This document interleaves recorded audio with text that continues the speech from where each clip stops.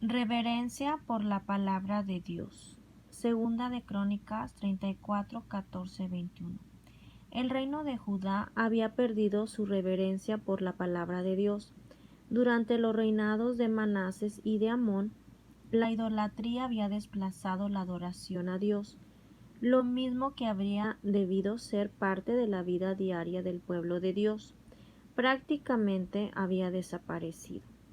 Cuando Josías subió al trono, sabía que necesitaba hacer que el pueblo volviera a Dios, aunque su abuelo Manases se había arrepentido de su pecado al final de su vida, no había podido restaurar la adoración a Dios.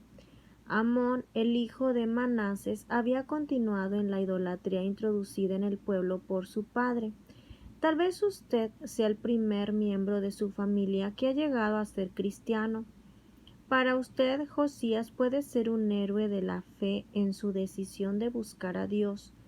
Como él, aprenderá que la reverencia y la obediencia a la palabra de Dios tiene por resultado sus bendiciones sobre nuestra vida. Josías comenzó su reforma destruyendo los lugares de adoración idolátrica. Después ordenó que se purificara y restaurara el templo. Segunda de Crónicas 34, 1, 13. Su meta era restaurar el recinto sagrado al lugar que le correspondía en la adoración del pueblo de Dios. Mientras los obreros lo limpiaban, hallaron algo muy importante en uno de los cuartos interiores. Estaba el libro de la ley. Algunos expertos piensan que lo habían puesto allí para impedir que Manases o Amón lo destruyera. Cualquiera que fuese la razón, habían pasado años sin que se leyera la palabra de Dios. Cuando los obreros dieron el libro de la ley al sacerdote Hilcías, éste se fue de inmediato al escriba Safán. Safán lo leyó. Cuando leyó sobre el castigo de Dios por el pecado, se lo llevó al rey. Sabía que Josías necesitaba escuchar las palabras de la ley de Dios. Safán informa al rey sobre el progreso de los trabajos en el templo. También le habla del libro de la ley. Entonces comienza a leer ciertos pasajes escogidos. Tal vez haya leído Deuteronomio 28 y 29, además de otros pasajes que describen el castigo de Dios sobre los que se apartaban de él para servir a los dioses ídolos. Cuando Josías oyó cuál era el castigo de Dios por el pecado, se rasgó las vestiduras en señal de duelo. Segunda de Crónicas 34, 19. Habría podido tratar de justificarse con el hecho de que había estado luchando por llevar a efecto una reforma religiosa. Había dado grandes pasos en la renovación del reino. Pero el Espíritu Santo estaba obrando en su corazón. En vez de responder con orgullo, se humilló ante Dios. Tal vez reconoció que aún no estaba donde Dios lo quería.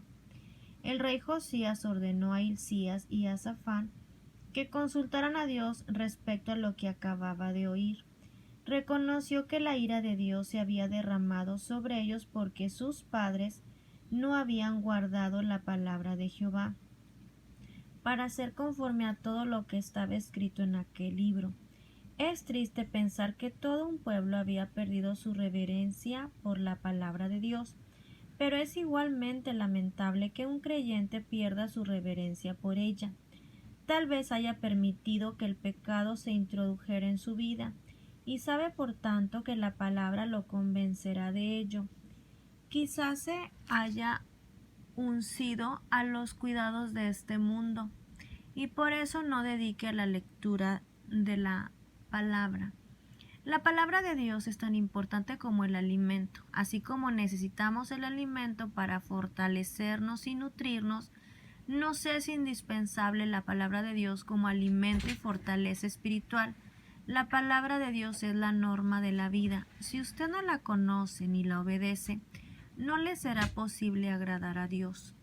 ¿De qué formas es posible que usted esté descuidando la palabra de Dios? ¿Cómo puede corregir esto? ¿Qué puede hacer para que sus devocionales diarios sean más eficaces en el fortalecimiento de su andar cristiano?